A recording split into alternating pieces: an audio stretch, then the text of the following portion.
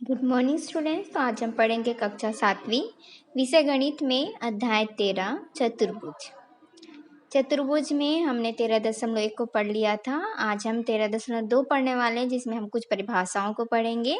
सबसे पहला है हमारा समांतर चतुर्भुज।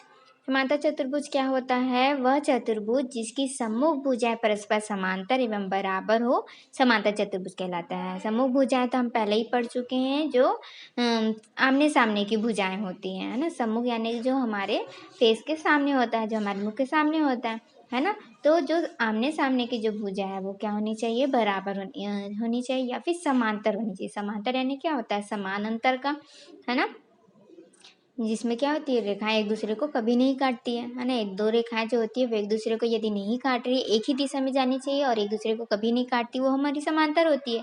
तो जो समांतर चतुर्भुज होता है वो इसी से ही है कि समांतर होनी चाहिए। दो जो सम्मुख भुजा है वो क्या होनी चाहिए? समांतर होनी चाहिए। जैसे कि हमारा ये चित्र दिया गया है, जिसमें ABCD ये चित्र है, जिसमें आप देख पा रहे होंगे कि AB भुजा और CD भुजा दोनों बराबर है, ठीक है। 8 सेंटीमीटर 8 सेंटीमीटर है, और इधर BC भुजा और AD भुजा दोनों बराबर है, ठीक है। और दोनों ही भुजा जो है वो एक दूसरे के सामने क्या है? समांतर है, ठीक है। तो इस तरह से क्या होता है? परस्पर समांतर एवं बराबर हो तो उसे हम क्या कहते हैं? समांतर चतुर्भुज कहते हैं। नेक्स्ट है हमारा आयत। आयत क्या होता है? वह समांतर चतुर्भुज जिसका प्रत्येक कोण 90 अंश का होता है, उसे हम क्या कहते हैं? आयत कहते हैं। वह समांतर चतुर्भुज जिसका प्रत्येक कोण 90 अंश का हो, आयत कहलाता है। अब आयत में क्या होता है कि चतुर्भुज होनी चाहिए, समांतर चतुर्भुज होनी चाहिए, यानी कि इसकी सम्मुख भुजाएं क्या होनी चाहिए? बराबर होनी चाहिए, ठीक है। उसे हम क्या कहते हैं? आयत कहते हैं। तो आयत का डेफिनेशन आप शुरू से पढ़ते आ रहे हो, क्या होती है? जिसकी सम्मुख भुजाएं क्या होती है? आपस में समांतर होती है ना। जिसकी दोनों भुजाएं क्या होती है? आपस में बराबर होती है। सम्मुख भुजाएं आपस में क्या होनी चाहिए? बराबर होनी चाहिए। उसे हम क्या कहते हैं? आयत कहते हैं। जैसे कि हमारा चित्र आपको दिख रहा है कि AB और DC भुजा ये दोनों बराबर हैं, और AD और BC भुजा दोनों बराबर, ठीक है। आपको दिखाई दे रहा है एक बॉक्स है।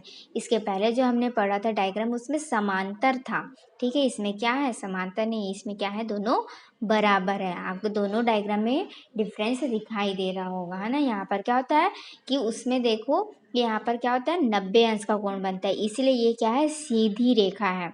उसमें 90 अंश का कोण नहीं बना। 90 अंश कैसे बनता है? जब एक सीधी रेखा जाती है ना। तो इसीलिए यहाँ पर जब 90 अंश का कोण बन रहा है, इसीलिए क्या है? एक बॉक्स आकार में दिख रहा है। और समांतर चतुर्भुज जो हमने पढ़ा था उसमें 90 अंश का नहीं बन रहा था, इसलिए वो क्या था? समांतर चतुर्भुज है, ठीक है। दोनों में यही डिफरेंस है, समांतर चतुर्भुज और आयत में, कि आयत में क्या होता है? 90 अंश का कोण बनता है। नेक्स्ट है हमारा समचतुर्भुज। वह समांतर चतुर्भुज जिसकी प्रत्येक भुजा बराबर हो, समचतुर्भुज कहलाता है।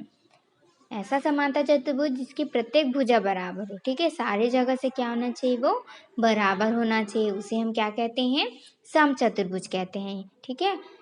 आगे दिया है, ऐसे समचतुर्भुज जिसकी प्रत्येक भुजा समान हो तथा प्रत्येक कोण 90 अंश का हो, वर्ग कहलाता है। देखो दोनों में क्या बोल रहा है कि ऐसा समांतर चतुर्भुज जिसमें क्या होनी चाहिए? प्रत्येक भुजा बराबर होनी चाहिए। वर्ग के डेफिनेशन में भी यही बोल रहा है कि प्रत्येक भुजा क्या होनी चाहिए? बराबर होनी चाहिए। लेकिन वर्ग के डेफिनेशन में क्या बोल रहा है कि प्रत्येक कोण क्या होना चाहिए? 90 अंश का ही होना चाहिए। 90 अंश यानी क्या होनी चाहिए? सीधी होनी चाहिए, है ना। एक सीधी रेखा पर ही बनना चाहिए, ठीक है। तो इस तरह से क्या हुआ कि वर्ग और समचतुर्भुज में यही अंतर है। आपको डायग्राम देख पा रहे होगे, उसमें समझ में आ जाएगा कि एक ठो में आप देख पा रहे होगे कि समचतुर्भुज में 90 अंश का नहीं बन रहा, हालांकि भुजा जो है वो PQRS जो है वो पूरी बराबर है ना। PQRS जो है वो यदि आप 2-2 सेंटीमीटर का बना रहे हो तो 2-2 सेंटीमीटर का ही रहेगा, ठीक है। चारों भुजा बराबर ही रहेगी, लेकिन उसमें 90 अंश का कोण नहीं बनेगा। जिसमें 90 अंश का कोण बनेगा वही क्या है? आपका वर्ग है। जैसे कि आप देख पा रहे होगे चित्र EFGD, है ना। ये जो चित्र है उसमें आपका जो वर्ग है वो क्या है? उसमें आप देख पा रहे होगे कि दोनों में डिफरेंस, कि एक में आपका 90 अंश बन रहा है, इसलिए एक सीधी रेखा दिखाई दे रही होगी, और एक में 90 अंश नहीं बन पा रहा है, इसलिए वो थोड़ा सा आपको बैंड दिखाई दे रहा होगा, तिरछा दिखाई दे रहा होगा, ठीक है। तो यही फर्क था समांतर चतुर्भुज में आयत में, कि आयत में भी 90 अंश का कोण बनता है, ठीक है। और दोनों की सम्मुख भुजा क्या होती है? बराबर होती है। आमने सामने की भुजा बराबर होती है। समचतुर्भुज और वर्ग में यही अंतर होता है कि समचतुर्भुज में चारों भुजा बराबर होती है, वर्ग में भी चारों भुजा बराबर होती है, लेकिन वर्ग में 90 अंश का कोण बनता है। कुछ चतुर्भुज जो है वो इनकी भुजाएं जो है वो अलग अलग माप की होती है, तो ऐसे चतुर्भुज को हम क्या कहते हैं? विषम बाहु चतुर्भुज। जैसे चारों भुजा जब बराबर हो गई तो उसे हम क्या कहेंगे? समचतुर्भुज कहेंगे। लेकिन यदि अलग अलग माप की है तो उसे हम विषम बाहु चतुर्भुज कहते हैं। ठीक है। इसी में हम आगे पढ़ते हैं समलंब चतुर्भुज। समलंब चतुर्भुज क्या होता है? वह चतुर्भुज जिसकी सम्मुख भुजाओं का केवल एक जोड़ा समांतर हो, समलंब चतुर्भुज कहलाता है। देखो समांतर बोला था, समांतर चतुर्भुज में तो दोनों ही सम्मुख भुजाएं ले सकते थे, है ना। लेकिन यहाँ पर क्या बोल रहा है? सिर्फ एक ही जोड़ा जो होना चाहिए, समांतर होना चाहिए। ठीक है। जैसे कि आपको डायग्राम दिख रहा है XY WZ, इसमें आप देख पा रहे होगे कि WZ और XY जो है वो एक दूसरे के समांतर है ना। लेकिन यदि आप XW और YZ को आगे की ओर करोगे तो वो क्या हो जाएगा? एक दूसरे को काट देगी, है ना। तो ये जो है वो समांतर नहीं हो सकते, इसलिए केवल सिर्फ एक ही जोड़ा जो है वो समांतर हो रहा है। इसीलिए समलंब चतुर्भुज है ये, है ना। इसलिए हम क्या कर सकते हैं कि ये क्या है? समलंब चतुर्भुज है, क्योंकि समलंब चतुर्भुज में केवल सम्मुख भुजाओं का एक ही जोड़ा समांतर होता है। तो ये हमने कुछ डेफिनेशन पढ़े। इसी से संबंधित हमारा प्रश्नावली 13.2 में खाली स्थान वगैरह दिया है, उसको अब हम रीड करेंगे। प्रश्नावली 13.2, जिसमें प्रश्न नंबर 1 है हमारा, यदि किसी चतुर्भुज की सम्मुख भुजाओं का केवल एक जोड़ा समांतर हो तो उसे खालिस्तान चतुर्भुज कहते हैं।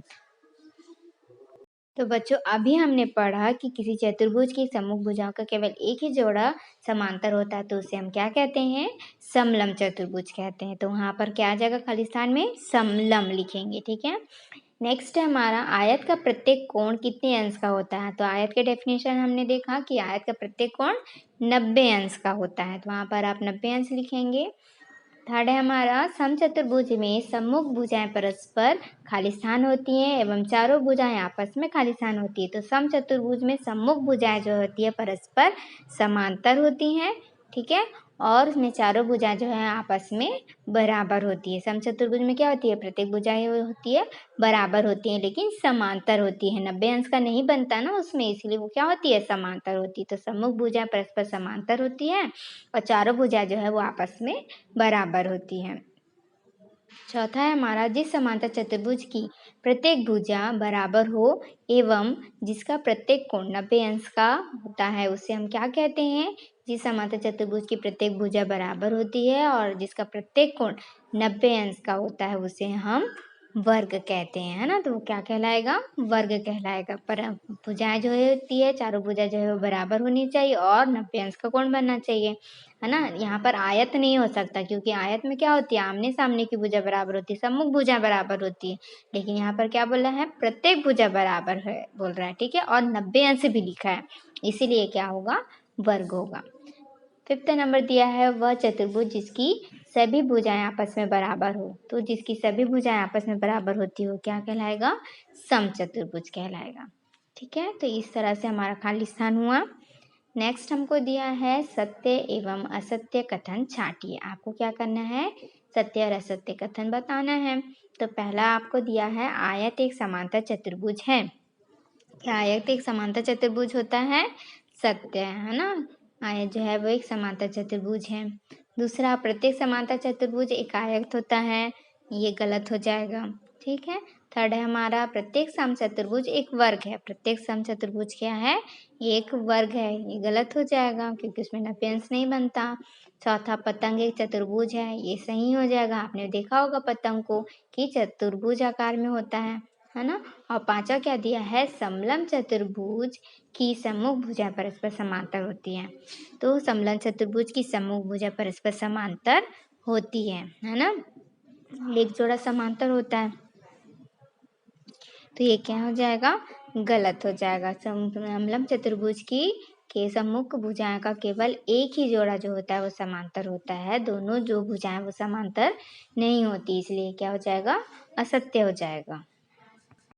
नेक्स्ट आपका क्वेश्चन दिया है निम्नांकित चतुर्भुजों का चित्र बनाकर नामांकित करें। तो वहाँ पर आपका जो चतुर्भुज दिया है उसमें आपको नामांकित भी करना है। तो पहला आपको दिया है समलंब चतुर्भुज। तो अभी हमने परिभाषा में देखा डायग्राम, जिसमें क्या होता है कि सममुख भुजाएं का केवल एक जोड़ा जो है वो समांतर होना चाहिए। तो इस तरह से एक्स वाई डब्ल्यू जेड में एक्स वाई और डब्ल्यू जेड ये दोनों जो है वो समांतर हैं, केवल एक ही जोड़ा समांतर हो रहा है सम्मुख भुजा का, दूसरा जो सम्मुख भुजा है वो समांतर नहीं है ना।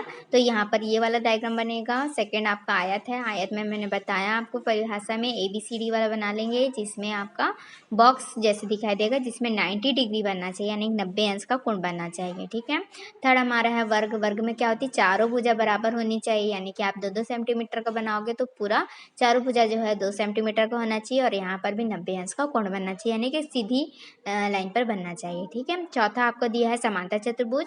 समांतर चतुर्भुज में क्या होता है कि आमने सामने जो की भुजा जो है, यानी कि सम्मुख भुजाएं जो है वो क्या होनी चाहिए, समांतर होनी चाहिए। तो इस तरह से ABCD करके आप बना लोगे डायग्राम। ठीक है। डेफिनेशन में मैंने जो बताया है डायग्राम उसी को ही बना लेंगे। तो इस तरह से आपका चतुर्भुज जो है वो दिया गया था उसका डायग्राम जो है वो आप बना पाओगे।